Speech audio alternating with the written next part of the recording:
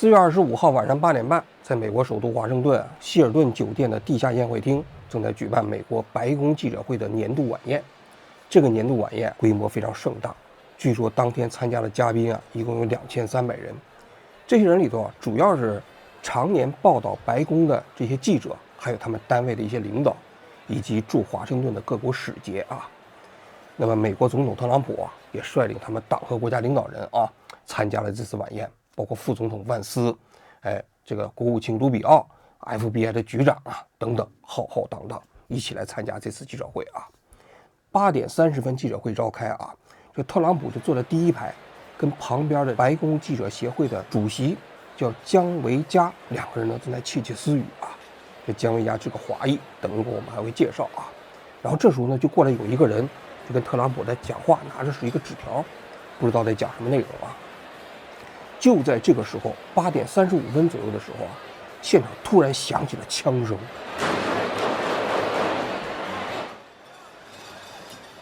据说是有5、6枪那个枪声但是这个枪声距离会场比较远，所以现场的人呢没太感觉到。特朗普事后回忆他说他当时听到枪声了，但是呢他没觉得是枪声，还以为那盘子掉地上的声音了呢。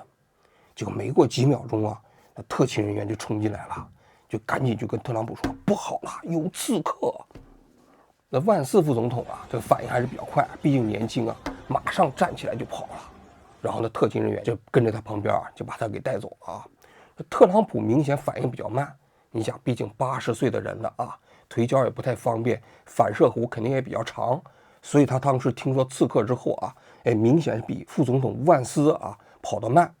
结果他刚一站起来往回走这脚下一空，呼通就摔倒在地上了。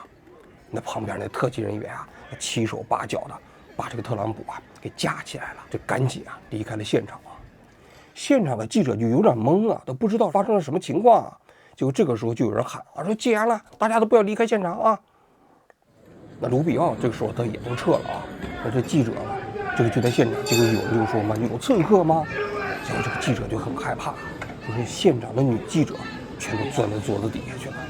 那凤凰卫视不是有一个女记者叫王冰茹吗？这王冰茹呢也是这个白宫记者协会的记者她那天也参加了晚宴，所以她当时在现场的时候第一时间也就钻到桌子底下去了。好的，王峰，我现在呢是刚刚从白宫记者晚宴的现场，然后回到了我们的办公室。那么记者晚宴呢，在这个枪击案发生之后，现场呢是一度陷入到了一个比较混乱的状态，就是大家不知道发生了什么。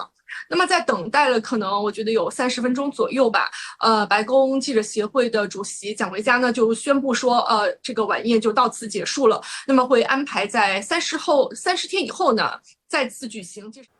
他说跟他一起钻到桌子底下的还有一个意大利的女记者，大家紧张你想想，虽然大家都知道这刺客要过来杀人，不会杀他们记者可能是估计是杀特朗普，但他们也害怕那谁知道这些刺客们杀人的过程中间会不会精心挑选这些目标像我在的那一桌呢，就包括了意大利驻美大使、波兰驻美大使，所以呢，今天这个现场的安保就有人抱怨说，可能没有达到一个总统出席和这些 VIP 出席的一个高度。所以他说躲在桌子底的时候，那意大利的女记者握着他的手，互相之间还有相互支持的这个意思这王汝斌讲他说现场那男记者们基本都没躲在桌子底下，这个胆子比较大然后呢过了一会儿，那不就是给人感觉没事了吗？记者们从那个桌子底下就钻出来了，那几乎现场所有的记者就开始拿着手机开始报道。本来记者这个年会估计就有点像我们每年在中央电视台搞的团建嘛，辛苦1年了是吧？那就搞一个团建，然后请领导过来耍一把，然后呢明年再好好工作都是放松的过程嘛。没想到这放松的一个晚宴突然变成加班了。你想几乎所有的记者一看，这不出新闻了吗？是吧？这个新闻记者的团建上出新闻了，于是大家拿起手机就开始报道。那王汝斌就说，那波兰的记者就现场采访他们波兰的那个大使，就问他什么感想我估计那大使有点懵其实现场的记者并不知道场外的真实情况，因为当时那些特勤人员冲到现场之后，让这些记者都不能离开现场。就整个这些记者从8点半到9点半，始终在这个现场里头待着，整个现场都被封闭起来了啊。所以会场之外究竟发生了什么，他们并不是特别清楚。但是呢，电视台很快就报道出来了。那么真实的情况到底是怎么回事呢？就在8点34分左右，有一个刺客啊，就手里头拿了一把散弹枪，又拿了一把手枪，据说还带了一把刀，就在那个宴会厅外面啊50码那个地方有一个安检，在那个安检那个过程，他咵就冲过去了。冲过去之后就往里跑啊。那安检当时啊正在拆除那个金属探测仪，因为会议开始了嘛，所有人都不能进了嘛，所以那金属探测仪也就没有用了。因为这金属探测仪呢，就是检测那些嘉宾进会场呢身上有没有一些什么刀啊什么之类的啊。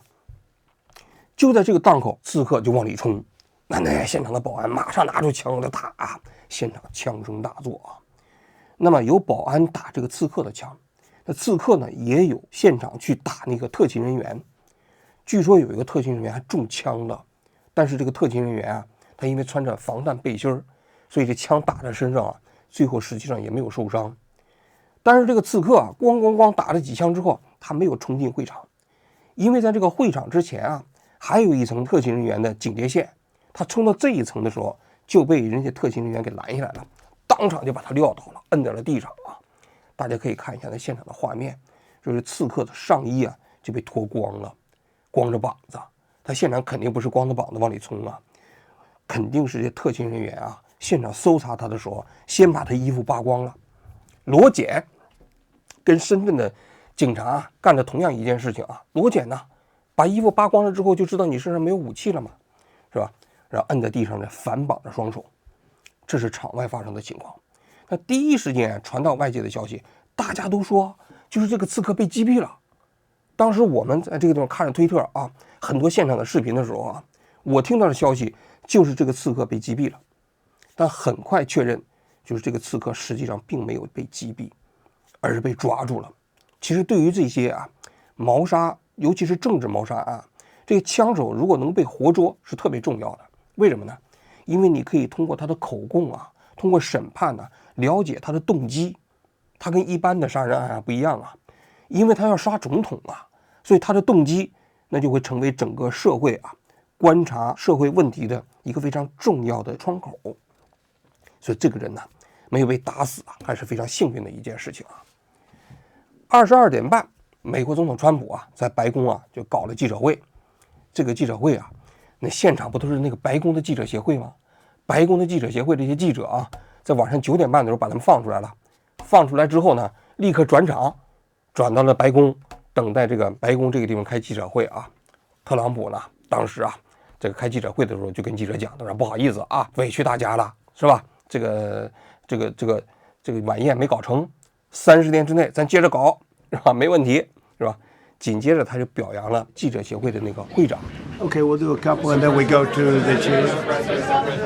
Madam Chairman. I just want to say you did a fantastic job. What a beautiful evening, and we're going to reschedule. Okay. And after that, it's very tough for her to ask a killer question, right? But you have done a fantastic job. Please. 他说：“我既然这么表扬你了啊，你今天就别提这个特别尖锐的问题了。”这姜维嘉呢，现场的确没有提什么特别尖锐的问题啊。他呢就提了一个什么问题呢？ President, I appreciate it. As you mentioned, it all happened so quickly, and I wonder, especially because unfortunately you have experience with these sorts of threats. In that moment, when you realized there was a threat, and service agents were telling us to get down, can you describe what was going through your mind, how you were feeling in that moment? 这个问题有点像人民日报。但是基本上是搭梯子的提问，就是说是一个开放式的提问。这开放式的提问又是让被提问者想怎么回答就怎么回答的，也不尖锐啊。这特朗普就非常舒服啊，紧接着就讲了他怎么临危不乱呐，怎么处理这个问题呀，然后说这个人是独狼啊等等啊。紧随其后啊，旁边有一个记者提了一个非常尖锐的问题。You did a fantastic job. Thank you very much. Peter, go ahead. Thank you, President Trump. There's a report in the New York Post that this assailant assembled his weapon somewhere on site at the hotel. What do you think about that? And I ask respectfully, why do you think this keeps happening to you? 为什么总是你？是吧？你特朗普上台之后啊，或者没上台之前，你已经遭遇着第3起了吗？他竞选的时候，大家都知道，当时有一个枪手，呱一枪打过来，打到他耳朵上了啊，打到他耳朵还冒血了。他当时摆那个姿势啊，美国啊什么之类的啊，结果在他竞选过程中加分不少，但那个枪手被打死了啊。后来特朗普上台之后，他有一次他的那一个寓所好像有一个人往里闯，那是第2次嘛，这是已经第3次了。为什么总是你呀？那么特朗普到底怎么回答的啊？我觉得我们先按下不表。在这个问题回答之前呢，我们先来讲一些背景信息。哪些背景信息呢？首先我们得介绍一下这个美国白宫记者协会。这个白宫记者协会包括它的晚宴啊，其实都挺有来头的啊。在白宫记者协会啊是成立于1914年，100多年历史了。当年啊成立这个协会的时候啊，也是为了对抗美国总统。美国总统啊，当时啊跟这个白宫的记者之间关系也不好，动不动就取消记者会啊，然后干预这些记者的报道。所以后来报道白宫的记者呢，就成立了这么一个自己的组织，叫白宫记者协会。这白宫记者协会啊，成立到现在这么多年啊，那已经发展成了一个美国的 NGO 组织。它这里头呢，会员呢主要分为3等，最高一等的叫红色的会员，紧接着是蓝卡，在最底的那一级呢叫绿卡。这红卡呢，它需要美国的这个国会啊委员会啊给它做认证。你拿这个红卡呢，白宫记者协会的这个会员啊，你可以进美国的这个简报室，还有这个椭圆形办公室，可以到那里去采访，那级别最高的。蓝卡呢就规定啊，你这个记者呢，你是主要报道白宫的，哎，这个你有些资历，你可以申请蓝卡。绿卡的级别就比较低了啊，反正你只要报道白宫的新闻，你就可以申请。然后当然了，你报道的机会相对来说也比较少嘛。这个记者协会啊，它存在的最大的这一个功能啊，其实就是分配采访席位。那你想想，整个白宫记者协会啊，这记者据说有900多人呢。你900多人，什么情况下你可以参加这记者会呢？你比如说白宫的记者会，那现场一共可能就能装40-50人。这40-50人，什么人有资格去参加这记者会呢？包括美国总统出访，包括他周末去打高尔夫，他坐总统专机，那总统专机那也装不了900多个记者嘛。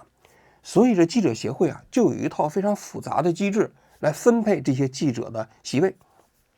他搞了很多池子，外国记者池、本地记者池什么之类的啊，反正有一套机制，根据你这媒体的影响力啊，或者你这个记者本身的资历啊，来分配这些记者采访的席位。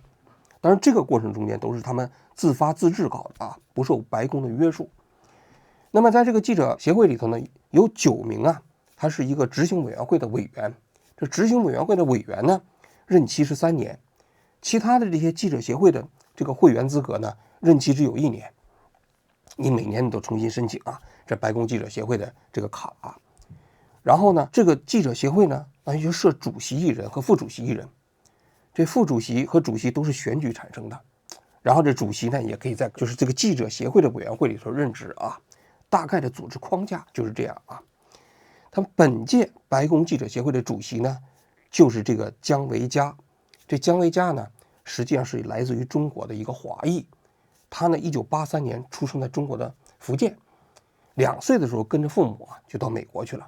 他父母啊在美国啊开了一个中餐馆，第1代移民嘛，含辛茹苦把这孩子养大啊。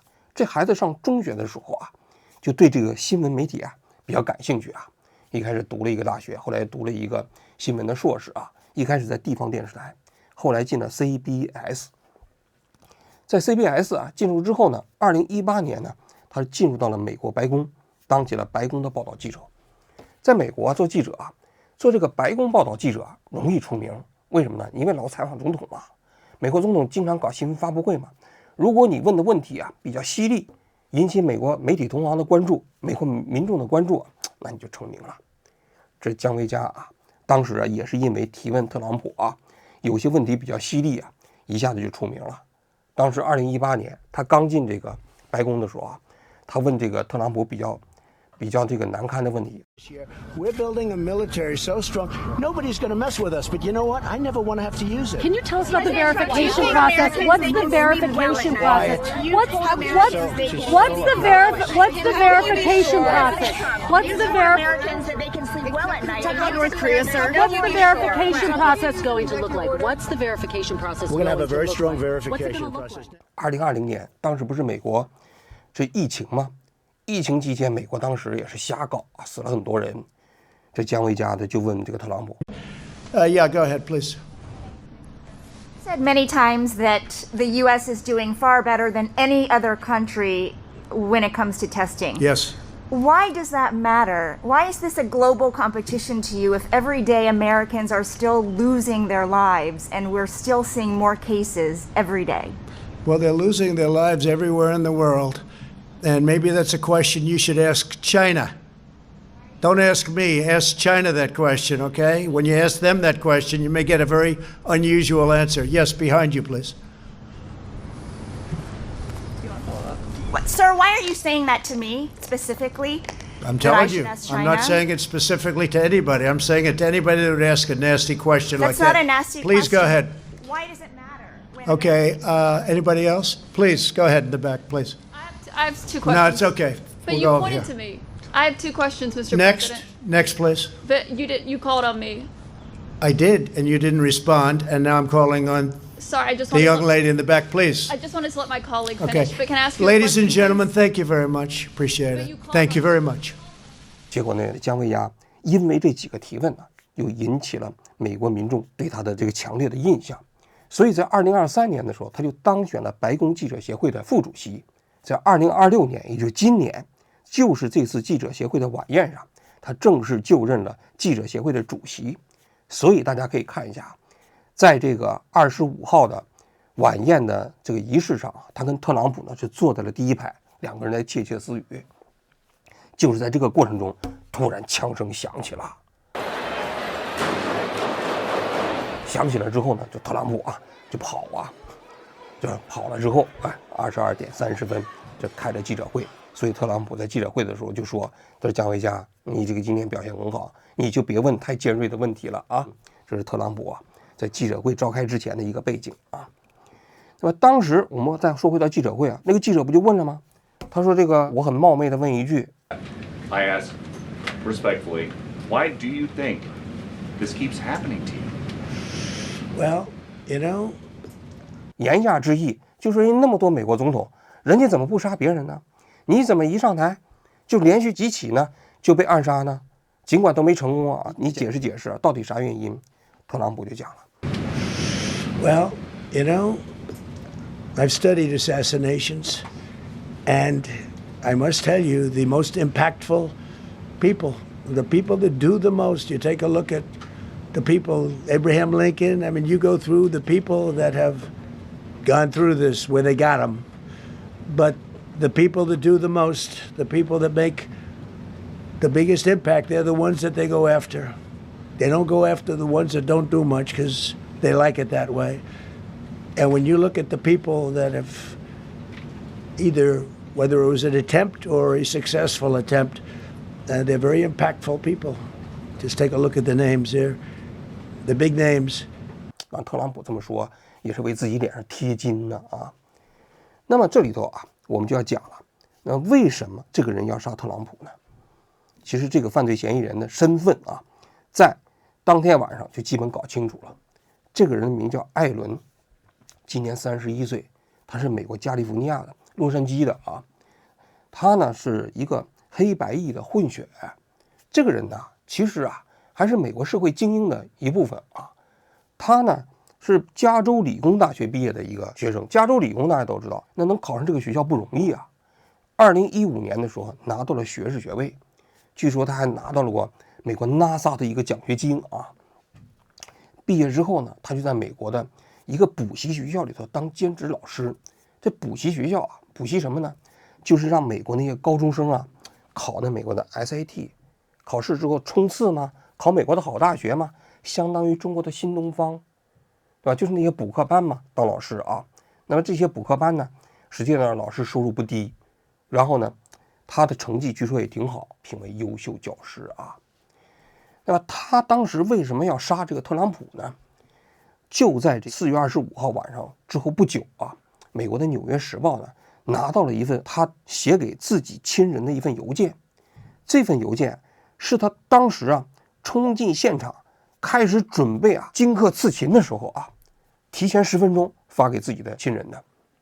这份相当于遗书一样的声明啊，他发给他自己的亲人之后，他哥哥当天晚上10点49分到当地的警察局去报警去了，就把这个声明啊给了警察。纽约邮报拿到了这个邮件，这份邮件挺有意思的啊，他称他自己叫友好刺客。友好刺客就是说他不是一个天生就是信仰暴力的这么一个犯罪分子，他还上来就表达歉意，他说你看很多人啊可能因为就是跟我走得比较近，就置身于危险之中了啊，非常不好意思。紧接着他就讲了他为什么要干这件事情啊。他说啊，他当时干这件事情啊，他不能容忍啊一个恋童癖，一个强奸犯，一个叛徒啊，这沾染他自己的这个罪行，沾染他自己的手。那大家一听就明白了啊，这个是谁？肯定他讲的是特朗普嘛，对吧？所以第二天那60分钟杂志啊就猜特朗普对这个事情还挺在意的啊。你看那人说他是恋童癖，说他是强奸犯嘛，特朗普都不承认嘛。他就说其实他的目标是这个。紧随其后他就讲了啊，他说他要杀什么人？他说要杀美国政府的官员，从高到低。从高到低肯定是特朗普开始啊，然后万斯啊，是卢比奥啊，可能都属于他这个杀人的这个范围啊。然后他紧接着就讲了，他说有些人，你像这个特勤人员，那我尽量不杀，我希望他们都穿着防弹背心儿，是吧？我不得已的情况下打他们，那其实啊，这个也是没办法的，迫不得已。包括这个特勤人员、酒店的保安人员，完全都不在自己的攻击范围，包括现场的这些嘉宾，通通都不属于他的目标。他的目标就是想对准这美国政府这些人。那他为什么要干这件事情呢？他后面也做了一个解释，他说美国啊是法律统治的，而不是某几个人代表统治的。而且他还讲了，如果美国政府这些代表啊违反了法律，他其实这就是一个非法的，不能执行，我们不能执行。很多人不都说美国老百姓要持枪吗？持枪就是要反抗非法政府吗？言下之意，他就是这个意思啊。然后他后面呢还专门做了一种理论的解释，他呢是基督徒啊。有人不是说了，基督徒人家扇你左耳光，你要把右耳光让出来啊。他说这不对，他说那如果这样的话，就是跟犯罪分子同谋啊，我们就是要反抗啊。他说反抗这才体现正义啊。与此同时他还讲了啊，有些人说你为什么要做，是吧？为什么这个时机做？他说我没看到其他人做啊，改变总是要从现在开始吗？啊，就大概其就是这个意思啊。最后还讲到了他对整个这个总统的开会的安保系统的不屑。其实特朗普这次参加这个记者会的晚宴，安保总体来讲还算是比较严谨的啊。你想4月25号晚上8点半搞这个记者会的晚宴啊，下午2点的时候这个酒店就封了，外人就不让进了。什么人可以进呢？就是你这个酒店的住宿的客人，再加上那天你拿到邀请函的这些客人，你才能进这个酒店。因为那天外面下雨啊，好多人冒雨还抗议呢，所以外面就有警戒线。然后在这酒店里头呢，又有2道警戒线，一道呢就是离这个会场50码的这个距离的警戒线，就是后来艾伦冲击的这道警戒线啊。然后在这个会场外面还有一道警戒线，会场里面在特朗普跟这个主要嘉宾之间，据说还有一个缓冲区。这个缓冲区呢，也是跟那些其他的那些嘉宾隔离开的。大家可以看一下，特朗普是坐在台子上的，然后呢，底下那些嘉宾呢都是在台子下的，这中间是有一个隔离区的。包括大家可以看一下，特朗普是坐那椅子吗？那椅子啊，那个前面桌子下面那个帷幕下面都有一个防弹的隔板，也就是说你要枪打在特朗普下面啊，那椅子下面实际上是打不着的，专门都装了防弹的隔板啊。总体来讲给人感觉啊还算是比较严谨。但是为什么艾伦呢觉得这里头有问题呢？艾伦呢他怎么混进去的？他还比较聪明，毕竟是加州理工的毕业生啊。他是提前1天先住进了这个酒店，那人住进这个酒店了，你当天这个酒店戒严，对他就没效了嘛。所以他可以在这个酒店里头活动。然后由于他是酒店的客人，他自己带了枪进去。据他自己的妹妹讲啊，他其实是几个月之前，他在当地用合法的证件买了枪。这艾伦呢，此前没有前科，看起来人畜无害啊，这是社会精英啊，然后好像也比较温和啊，所以他的老师听说他去刺杀特朗普，都觉得不可思议啊，所以他买枪也没受到什么障碍。然后呢，在事发之前不久呢，他坐着火车经过芝加哥到了华盛顿。到了华盛顿之后呢，他把他枪就带到了酒店里头。他在现场他就嘲笑这个特朗普的这特勤人员，他说这些人草包。为什么草包？他说你看我把枪拿进来了，他们都没人知道啊。就在这个晚宴即将开始之前，他在一个监控录像看不到的死角那个地方，他把这枪给组装起来了。组装完了之后呢，他是2把枪一把枪是散弹枪，一把枪呢是手枪，还带了一把刀。他在那个声明里还讲了，他说我不想杀那么多人所以我不用这个普通子弹，普通子弹因为打到墙上有个打穿伤害其他人他说我用陆弹，陆弹实际上就是那散弹嘛，散弹枪也有人叫霰弹这个散弹呢打出去之后主要是打猎的，但是说实在的，这个陆弹其实杀伤力也是很凶的，因为它是有好多个铅弹打出去一个散面那天他应该是没有打陆弹，那个长枪嘛，打的应该是手枪。真要打陆弹的话，我估计现场一定会有人受伤的。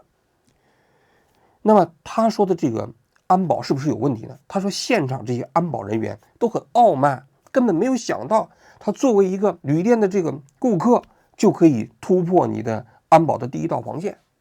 但是毕竟他最后在50码外往里冲也没冲进会场，所以人家安保总体来讲还算是合格那么紧随其后我们就得分析分析了，就为什么那个记者那个提问我觉得非常有价值他说为什么总是你What do you think about that? And I ask respectfully, why do you think this keeps happening to you? Well, you know, 对不对？特朗普不是说了吗？特朗普的意思就是说，你干事儿的，你要想干事儿，你就得承担这个风险嘛。他说我过去我可不知道当美国总统有这么大风险我要知道有这么大风险我都不干了。特朗普说我估计他还是会干的。你想想特朗普原先财富也没多少，现在当了总统之后财富暴增是吧？有人说他画 K 线嘛，是不是？那咱不好说，没有直接的证据。但权力对一个人的吸引力，那绝对是我觉得没有其他东西可以相比较的尤其是这种大国总统那钱跟权力比起来，那权力要比这个钱那畅快的多但特朗普说到了这个美国历史上这些总统被暗杀，其实过去100来年美国总统不是这几个暗杀，最早咱不说了从林肯到肯尼迪到里根是吧，再到这个特朗普大家可以看一下这么几个总统分别被暗杀。其中里根总统被暗杀基本是个偶然事件，那个人就是一个精神上好像有问题的也没有什么政治动机。但是亚伯拉罕·林肯也包括肯尼迪被暗杀，他都有非常深厚的社会背景。你想想当时林肯为什么被暗杀那美国南北战争南方和北方就这个蓄奴问题就这个联邦权力的问题发生了矛盾南方6州就要脱离联邦要自己搞一个国家那结果呢林肯就说了不行这南方6州是美国神圣领土不可分割的一部分，双方就打起来了。打的过程中林肯不就解放黑奴了吗？双方最后南军呢就失败了，美国呢实现了国家统一，但是通过暴力手段来维持美国宪政体系这是美国建国之后所爆发的第一次重大的宪政危机。所以这个林肯在南北战争结束之后不久被一个极端分子在这个戏院里给开枪给打死了。其中非常大的背景就在于就是美国当时的社会对按照程序来解决双方的分歧失去信心了，于是爆发了战争。这是林肯被刺杀的背景那么第二次就是肯尼迪被暗杀，那上个世纪60、70年代，那是什么背景呢？大家都知道那个时候是美国种族隔离政策即将走向灭亡的时期，平权运动美国黑人觉醒要求废除种族隔离制度那个时候你看有多少个政治人物被杀，2个肯尼迪被杀，包括那个马丁路德金被杀，那马克西姆 X 被杀，是吧？为什么？那就是双方实际上都认为，就是这个制度可能是有问题了。当时剑拔弩张，黑人强烈的要求平等的权利，但是白人还没有做好准备，于是双方这个矛盾就溢出了整个制度的这样的一个范围。在这个过程中，有些人就开始准备通过政治暴力的方式来解决政治冲突。所谓政治暗杀，其实更大的背景在于此。当然后来平权运动大家都知道，后来以胜利而告终，美国通过了平权法案。通过了平权法案之后呢，美国过了相对来说50年的和平期。但是最近2年，伴随着特朗普的上台美国社会实际上又爆发了一个更大的社会冲突一个冲突是关于非法移民的大家都知道这个民主党比较庇护非法移民然后这个共和党就认为这个美国的很多社会问题都是非法移民导致的。总而言之，围绕着非法移民形成了一种极大的这政治撕裂。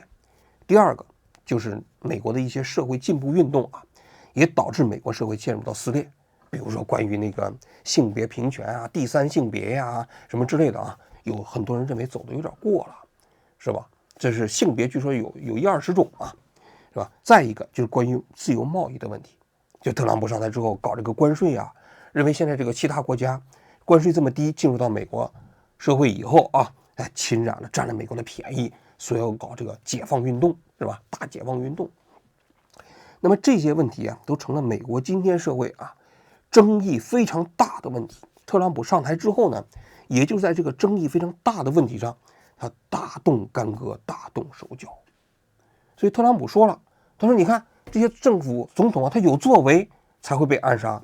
But the people that do the most, the people that make the biggest impact, they're the ones that they go after. They don't go after the ones that don't do much because they like it that way. 实际上他是美化自己他其实不是有作为，而是在这种政治分歧非常巨大的情况下，如果再出台比较强力的措施，引起政治撕裂，才有可能导致有些人铤而走险，开始美化政治暴力。其实艾伦就是最典型的。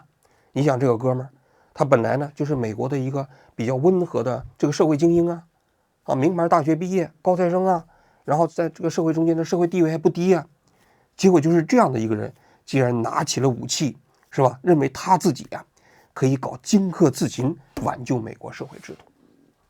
所以在我看来其实就是那个记者会中间那个记者提的这个问题说明了就是今天美国社会其实重新进入到了一个政治分裂期。